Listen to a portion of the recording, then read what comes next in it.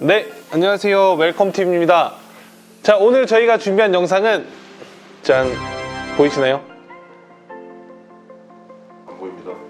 찡. DC SN640 NVMe SSD입니다. 자, 이 울트라스타 시리즈는 사실 기존의 HGST라는 이름, 그러니까 전신인 히타치 이름으로 이 나스나 뭐 엔터프라이즈급 이런 하드디스크를 계속해서 만들어 오던 브랜드였는데, 사실 이 HGST라고 하는 브랜드도 2013년도부터 웨스턴 디지털 소속이었던 건 아시나요? 네. 모르셨죠? 저도 몰랐습니다.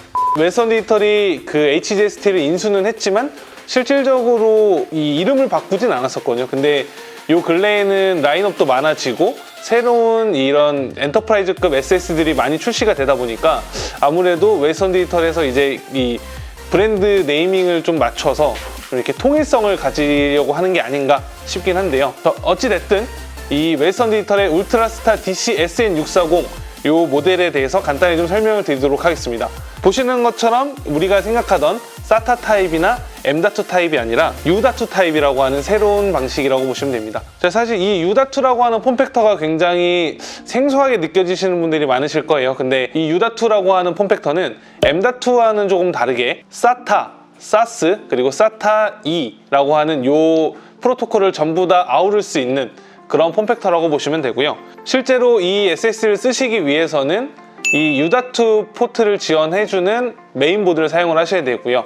최근 출시되는 대부분의 그 서버급이나 워크스테이션급 정도 되는 메인보드에는 웬만하면 이 U.2가 포함이 돼 있으니까 이걸 쓰시는 전혀 문제가 될 것 같지는 않습니다. 자, 이 U.2 폼팩터를 사용한 DC SN640 NVMe SSD는 일반적인 게임용이나 사무용 이런 시스템에서 쓴다기보다는 NAS나 서버 같은 기업용 엔터프라이즈급에서 이제 사용되는 SSD라고 보시면 되는데요. 근데 뭐 간단한 특징을 좀 말씀을 드린다라고 하면 800기가 때부터 무려 8테라까지 디스크 용량의 스펙트럼이 넓어서 원하시는 용량의 SSD를 고르실 수 있다는 점이 있고, 그리고 무려 97레이어의 3D 낸드 메모리를 채택을 해서 굉장히 높은 안정성, 그리고 빠른 성능, 뛰어난 내구성까지 이 세 마리 토끼를 모두 잡을 수 있는 그런 SSD라고 보시면 되고요. 특히 이 SSD의 내구성을 뜻하는 그 MTBF라고 하는 게 있는데, 이 MTBF가 무려 200만 시간입니다.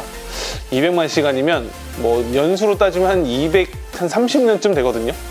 그러면 뭐 제 아들의 아들 정도까지는 좀 물려서 쓸 수도 있는 그런 엄청난 내구성을 보여준다라고 보시면 될 것 같습니다. 자, 이렇게 간단하게 DC SN640 SSD의 스펙에 대해 좀 알아봤으니까 이번에는 실제로 이 SN640 NVMe SSD가 과연 어느 정도의 퍼포먼스를 내줄 수 있는지 자료를 한번 확인해 보도록 하겠습니다.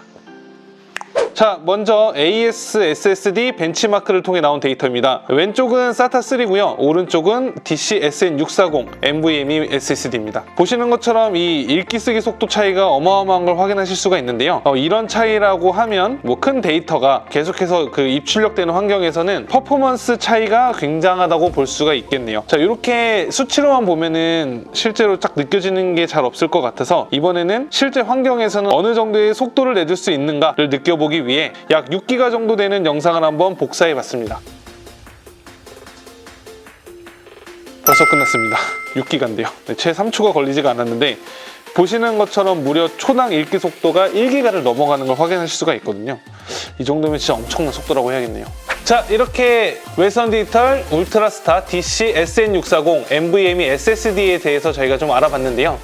이 정도면 뭐 최고의 데이터 센터용 SSD라고 해도 그 명성이 무색하지 않을 만큼 굉장한 퍼포먼스를 보여준다라고 볼 수가 있을 것 같습니다. 실제로 이 CPU나 그래픽카드 이런 것들이 막 엄청나게 발전을 해오는 동안 이 하드디스크 시장은 뭐 HDD가 꽤 오랜 시간 이렇게 자리를 해오면서 그걸 대체할 만한 것들이 크게 나오지가 않았었는데, 몇 년 전부터 이제 그 SSD나 M.2, U.2와 같은 다양한 폼팩터 및 프로토콜들이 나오면서 저장 장치의 발전이 너무 느리다라고 얘기하는 건 이제 좀 어불성설이 될 것 같습니다. 자, 오늘 저희가 준비한 영상은 여기까지고요. 오늘 영상이 도움이 되셨다면 좋아요, 구독하기 부탁드립니다.